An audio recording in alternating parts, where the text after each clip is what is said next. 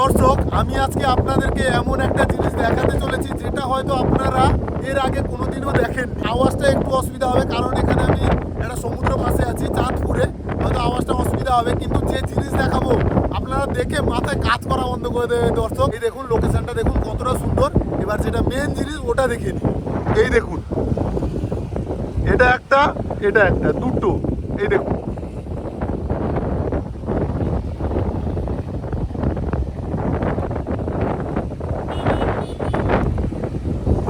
এখন বন্ধুরা চাঁদপুরে আমি আছি, চাঁদপুর থেকে সরাসরি আপনাদেরকে দেখিয়ে দিলাম যে রামধনু দুটো কি করে হয় একসাথে। আমি প্রথমবার, আমি লাইভে ফার্স্ট টাইম দেখছি বন্ধুরা একসাথে দুটো।